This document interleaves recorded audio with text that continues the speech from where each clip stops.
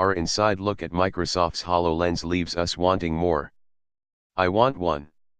Microsoft's HoloLens, a headset that floats 3D images in front of your eyes and overlays them on top of real-world environments, was the show stealer of the company's Build Developer Conference this week.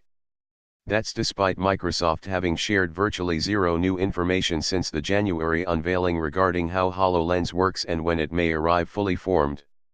Yet after experiencing it for the second time in a more realized prototype Thursday, I can say with confidence that the HoloLens is no gimmick. I would buy one now if I could, and if there were any Windows apps that ran on it. Though its release date is a mystery and the apps non-existent, for now, the HoloLens has the potential to be the first truly successful so-called augmented reality device, a distinction that cannot be understated. Microsoft is making a gamble that the future of computers will be devices that mix natural ways of interacting with the world, voice, gestures, and sight into tools for creating, consuming and communicating digitally. It's even tailored its upcoming Windows 10 operating system to be the software that powers everything and anything with or without a screen. Unlike devices such as the Oculus Rift virtual reality headset, which immerses us in 360-degree worlds, the HoloLens wants to blend virtual spaces with real ones, hence, augmenting them. To make sure we understood the many ways in which the device could become a new computing platform, Microsoft sat dozens of us down in a large hotel room with desktops running Windows 10. The mission: help us, step by step, develop a rudimentary holographic app using software from game toolkit maker Unity. Back in January, Microsoft had us wearing crude prototypes that resembled optometrist gear, with wires running out and a heavy pack of components worn around the neck.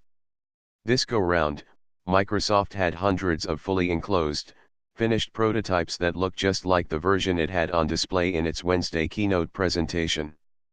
As was the case in January, the company would not allow photography or video of any portion of the demo. To demonstrate how developers will create apps for the Windows holographic platform, Microsoft took us through a series of educational demos by loading code directly onto the HoloLens for each one of the device's key features.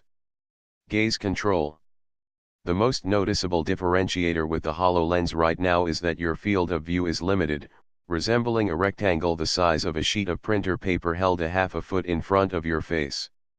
That means that none of the 3D objects are picked up in your peripheral vision and they tend to clip off at the edges as you walk around. That became clear during the first few portions of the demo, when we organized a static platform with floating origami spheres in Unity with a handful of pre-made assets.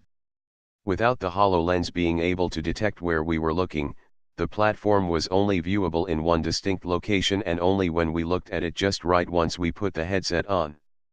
Because the HoloLens can understand the environment, it has motion cameras and sensors built in. The platform didn't follow our line of sight, but rather stayed fixed in one location. After activating the so-called gaze control, however, we were able to direct our line of sight, represented by a red circle, at each distinct object in the scene. Microsoft had pre-written every coding script in the demo, so this meant we checked a box in Unity to turn it on.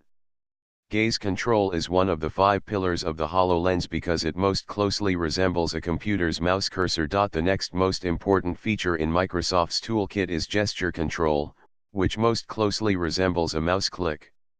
When turning on gesture control and adding physics to the spheres in Unity, more checked boxes, we were able to use a simple tapping motion with our pointer finger and thumb to make the spheres fall and land on the surface of the platform. Once they rolled off, however, they were gone forever until you reset the program, that is.